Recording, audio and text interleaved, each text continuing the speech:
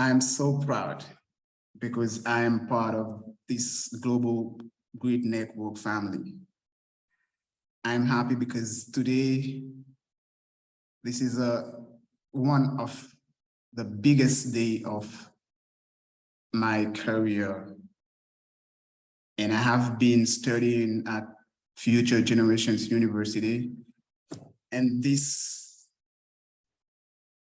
was the perfect place for me to know how to understand communities, to create a better place, to create a better world. Despite of everything that everyone hear about Haiti, I'm not gonna say it's not true, but I'm not gonna say it's not false. Thank you, Dan. Thank you for the whole staff of Future Generation University for this opportunity.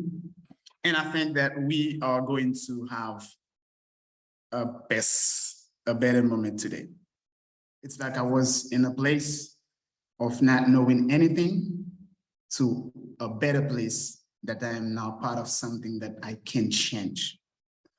And this is the whole path. I resume right there on this slide because everything was happening with better understanding of the situations and how we can do something better for Haiti and for the world. I joined Future Generations Haiti. I didn't know anything about community. All my staff was doing accounting.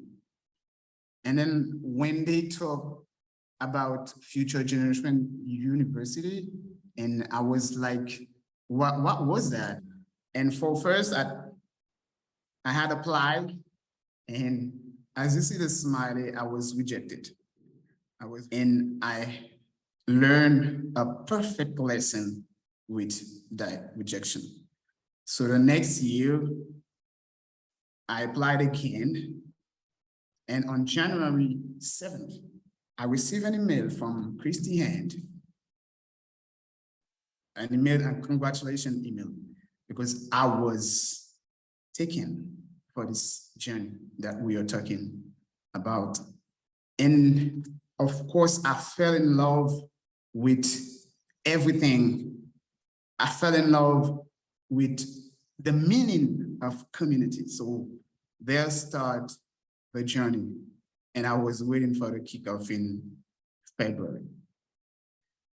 But the name of this slide is perseverance.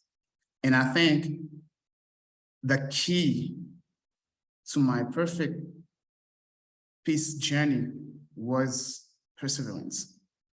Of course, electricity or internet. So that was very difficult for me in terms of communication. I could not get more electricity for my laptop. This was very difficult. Those kind of challenge or affect my whole study. But I have to do something. I have to realize that I have to get another strategy. I had to do many sacrifices because I really wanted to be part of that my own journey. And I realized that I have to thrive. I have to overcome those challenges because what I'm doing in my journey, in my learning journey, was exactly what all my professors told me about community. And I had to overcome all of those challenges. I was in the perfect place in the bad moment of my project because I have participated, I have turned this community lab into a project. So the project or economic empowerment project for peace at Cite Soleil. To give women their own space to do something, to speak, because there's something that women wanted to say, but they don't want men to listen to.